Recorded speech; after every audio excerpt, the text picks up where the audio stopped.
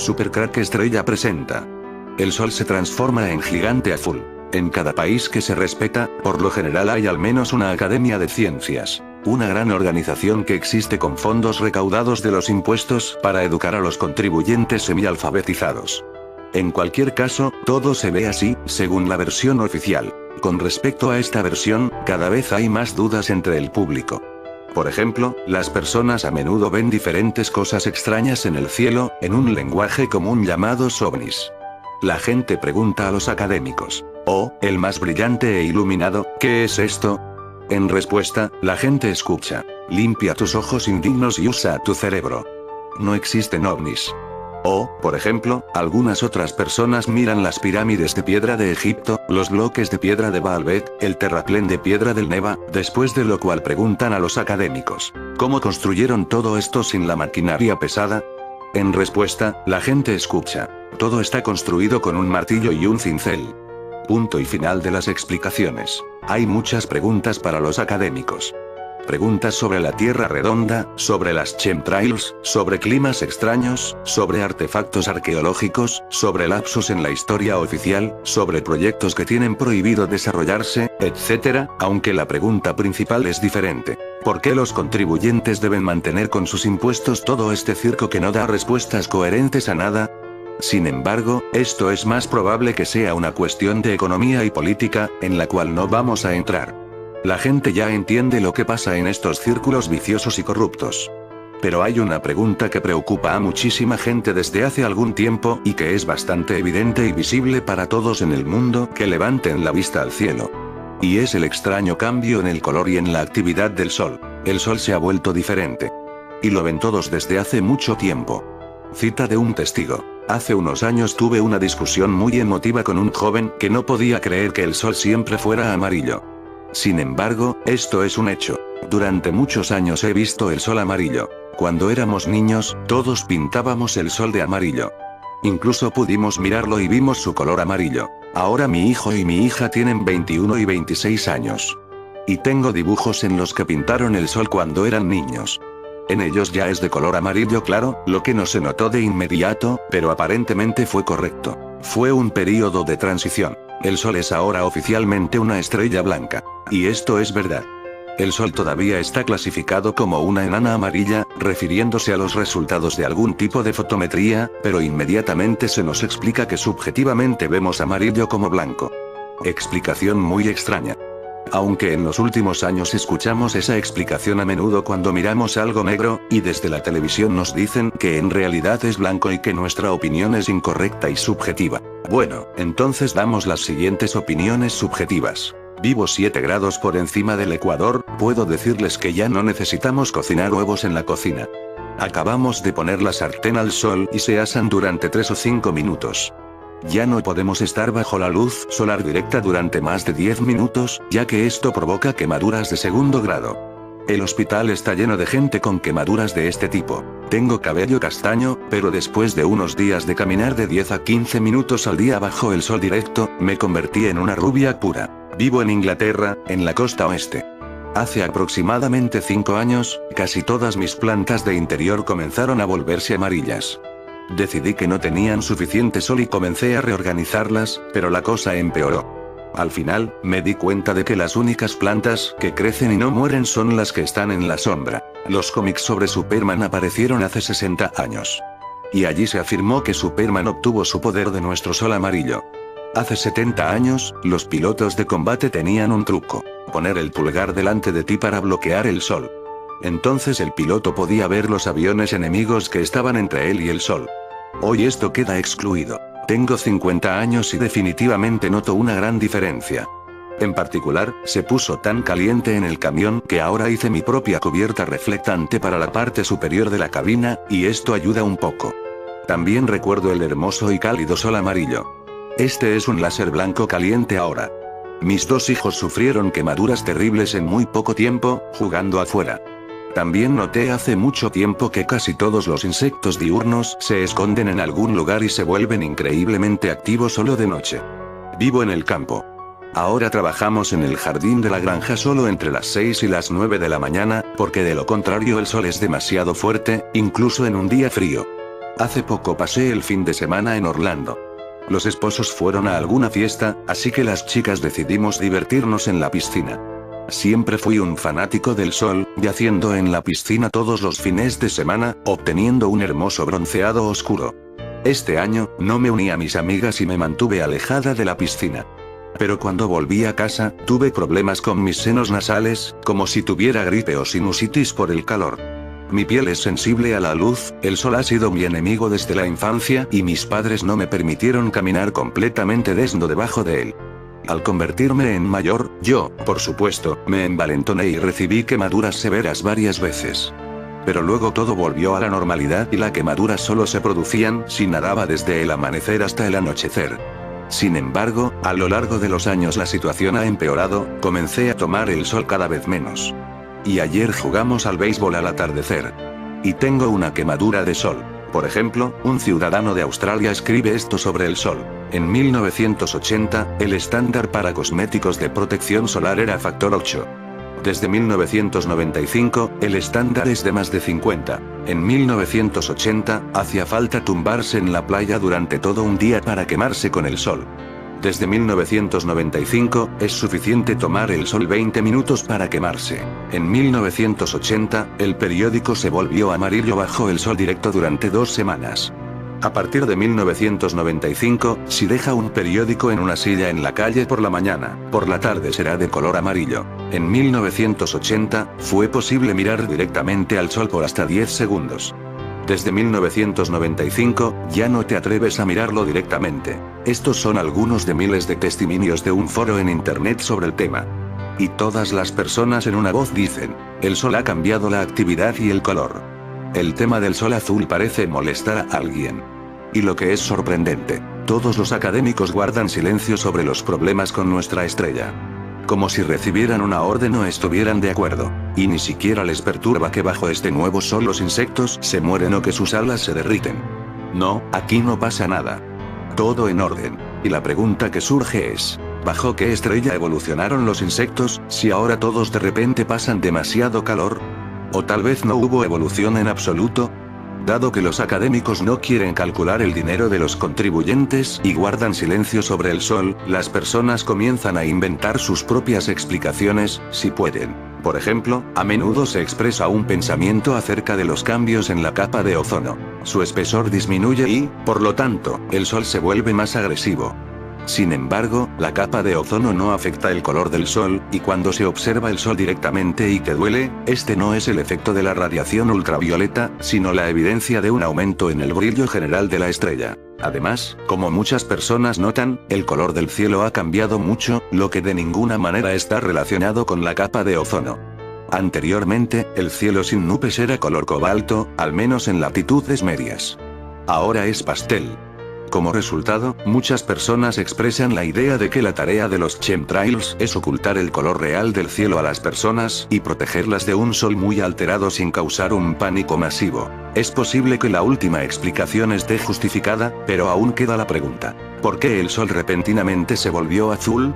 El color azul sugiere que la temperatura del sol ha aumentado notablemente, por lo que tiene un espectro tal, que no está más cerca de las enanas amarillas, sino, por ejemplo, de Vega y los gigantes azules. El diámetro de Vega es solo 2,5 veces el diámetro del Sol, pero su brillo es 54 veces mayor, debido a la temperatura más alta. ¿Se está convirtiendo el Sol en un gigante azul? Para la Tierra, esto será desastroso. El radio del sistema solar, que cuenta desde el centro del Sol hasta los bordes exteriores de la nube de Oort, es del orden de un año luz. El Sol desde esta distancia será prácticamente invisible. Pero a tal distancia, el gigante azul freirá los huevos revueltos vertidos en la sartén en un milisegundo y, en un segundo, la sartén se evaporará por completo. Supongamos que el Sol realmente comenzó a arder más activamente, convirtiéndose en una estrella como Vega. Según la doctrina científica oficial, la transformación de las estrellas en la galaxia no es del todo rara, pero que lleva millones y miles de millones de años. Por lo tanto, el Sol no podría convertirse en azul en 2 o 3 décadas. O tal vez sí. Los académicos vuelven a guardar silencio al respecto, por lo que la gente vuelve a presentar sus propias versiones, a veces bastante insensatas. Por ejemplo, algunos sugieren que en la región de 1995, todo el planeta se hundió en éxtasis y se transfirió a otra estrella. Hay varios testimonios de contactados que van en esta dirección. También existe la opinión de que algunos extraterrestres manipulan el Sol, lanzan esferas de hidrógeno y elevan artificialmente la temperatura en la Tierra. Finalmente, hay otra versión del llamado efecto Mandela, cuya esencia es la siguiente. De hecho, el Sol siempre ha sido blanco-azul, y todo lo que escriben las personas no son más que recuerdos implantados de algo que nunca ha sucedido. No quiero desmontar y comentar cada hipótesis teórica, pero en cualquier caso, incluso estas hipótesis deben tenerse en cuenta porque las personas en este momento no tienen otra explicación. Si el vídeo te ha gustado, dale al pulgar arriba y suscríbete a mi canal. Supercrack Estrella presenta la asombrosa desaparición del escritor William Shakespeare y la palabra Croatoan. La maldición de William Shakespeare para el que profane su tumba. El período entre 1585 y 1591. William Shakespeare, el gran escritor de obras como Romeo y Julieta, estuvo desaparecido. Nadie sabe dónde estaba el gran William Shakespeare, no hay datos ni registro de dónde estuvo William Shakespeare, es como si la tierra se lo hubiera tragado, luego apareció y por lo visto era mucho más inteligente, más sabio, pero no fue el único que desapareció entre los años 1585 y 1591. Un pueblo entero desapareció en las colonias, por lo visto mucha gente desaparecía entre esos años. William Shakespeare volvió de donde fuera que estuviera, pero este pueblo desapareció sin más de la historia. Desde mi punto de vista, estas desapariciones, tanto la de William Shakespeare como la del pueblo, están relacionadas. La colonia perdida de Roanoke, el mayor misterio sin resolver en la historia de Estados Unidos. Olvidaos de las teorías de la conspiración sobre el asesinato de Kennedy o la desaparición del líder sindical Jimmy Hoffa. El verdadero misterio más popular en la historia de Estados Unidos, el que ha inspirado obras de teatro, como la de La Imagen, la nueva temporada de la serie American Horror Story y campañas de excavaciones arqueológicas, es el de la colonia perdida de Roanoke, un misterio que lleva más de 420 años sin resolverse. La historia nos lleva a los primeros asentamientos europeos en Norteamérica y a una colonia inglesa fundada en la isla de Roanoke, en Virginia, un lugar donde el agua dulce era difícil de conseguir, y donde los colonos vivían rodeados de un entorno natural completamente nuevo para ellos y dos tribus indígenas con las que las relaciones tampoco eran sencillas.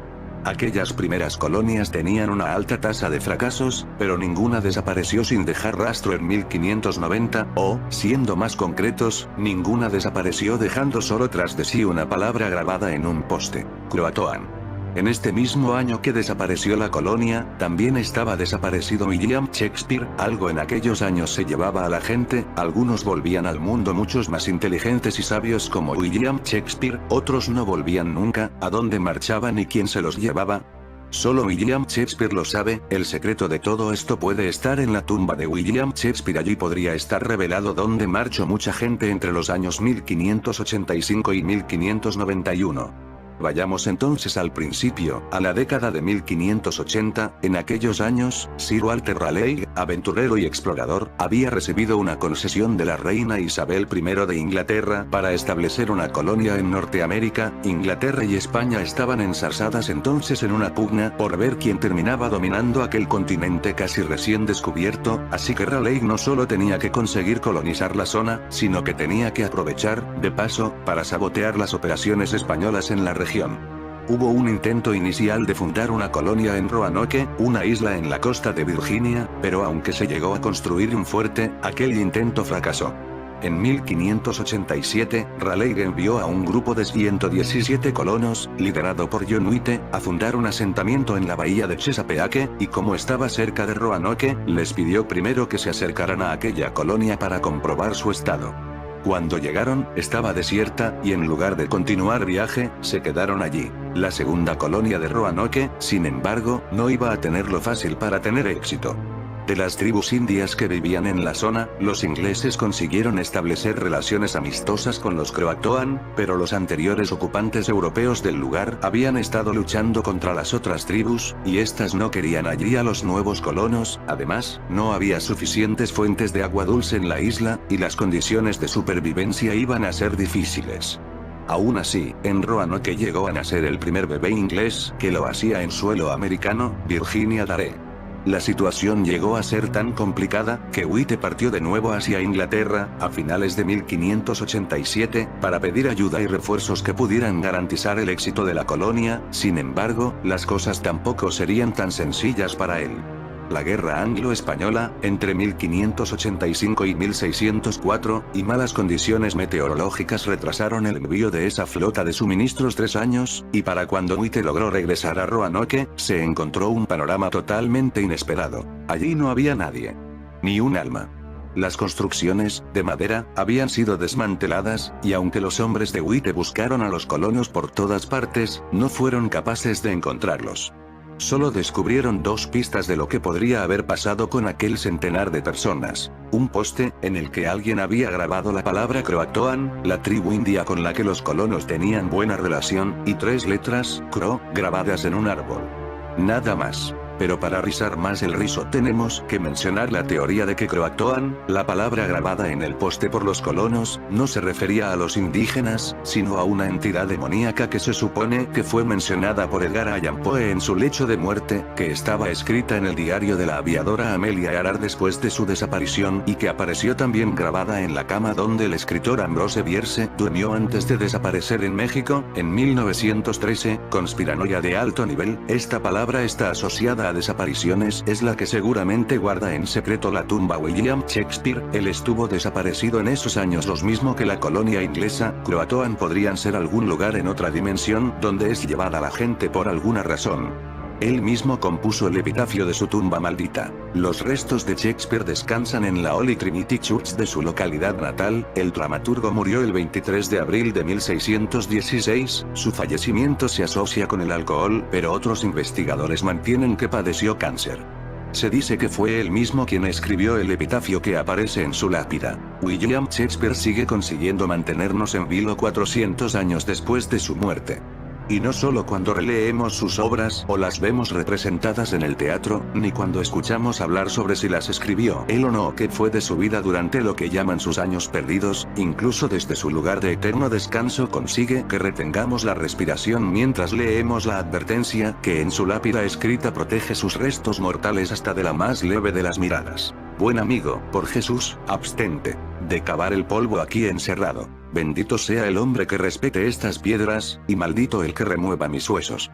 El misterio de la cabeza de William Shakespeare. Una investigación realizada por un grupo de arqueólogos ha concluido que de la tumba en la que reposan los restos del dramaturgo británico, fue probablemente robado el cráneo del escritor. El grupo de expertos empleó un radar de penetración de tierra, georradar, para poder investigar el contenido del interior de la sepultura. En Holy Trinity Church, de la localidad inglesa de Stratford, podemos notar que en la sepultura de Shakespeare hay una extraña alteración en la parte de la cabeza, y tenemos una historia que sugiere que en algún momento de la historia alguien vino y se llevó su cráneo, dijo el arqueólogo Kevin Coles, de la Universidad Inglesa de Staffordshire. Según ese experto, resulta muy probable que el cráneo del dramaturgo no esté sepultado junto con el resto de su cuerpo. Además, el georradar tampoco halló evidencias de metales en el área de la tumba, como serían los tornillos de un féretro, lo que hizo pensar a los expertos que Shakespeare no fue sepultado dentro de un ataúd. Posiblemente en su cráneo había un chip.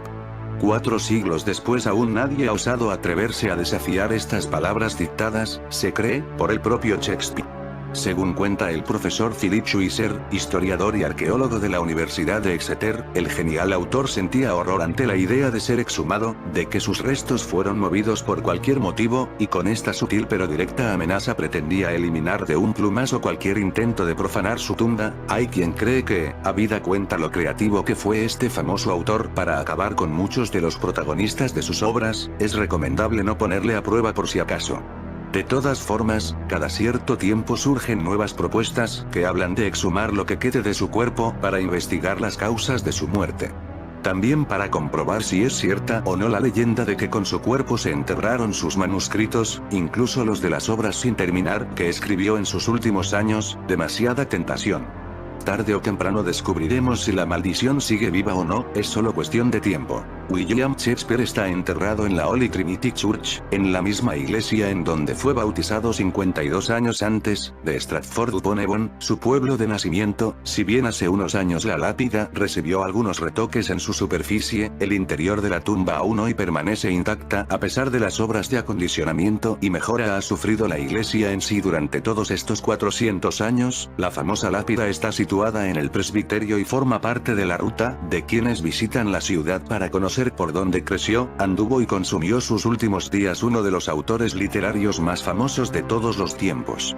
Los años perdidos. El período entre 1585 y 1591, posterior al nacimiento de los mellizos Shakespeare, es llamado el de los años perdidos porque no hay evidencia del paradero de William y en cambio innumerables conjeturas e historias sin fundamento sobre ese lapso de su vida durante el cual habría salido de Stratford-upon-Avon persiguiendo el sueño teatral. Es claro que Shakespeare emerge en Londres como actor y autor en 1592, antes de esa fecha se especula que trabajó para su padre como aprendiz de fabricante de guantes, que fue profesor de escuela, que estudió leyes, que huyó porque fue encontrado robando ciervos en el parque del juez de Stratford, que viajó a Italia, que estuvo en España y se unió a la Armada Imperial, que fue soldado en Holanda. Otras teorías sostienen que se unió a un grupo de actores viajeros de la compañía Lord Chamberlain's Men, los hombres de Lord Chamberlain, cuando pasó por Stratford, y también que fue guardián de caballos en los teatros de Londres donde podía amigos de Supercrack Estrella. Si el video te gustó pulgar arriba.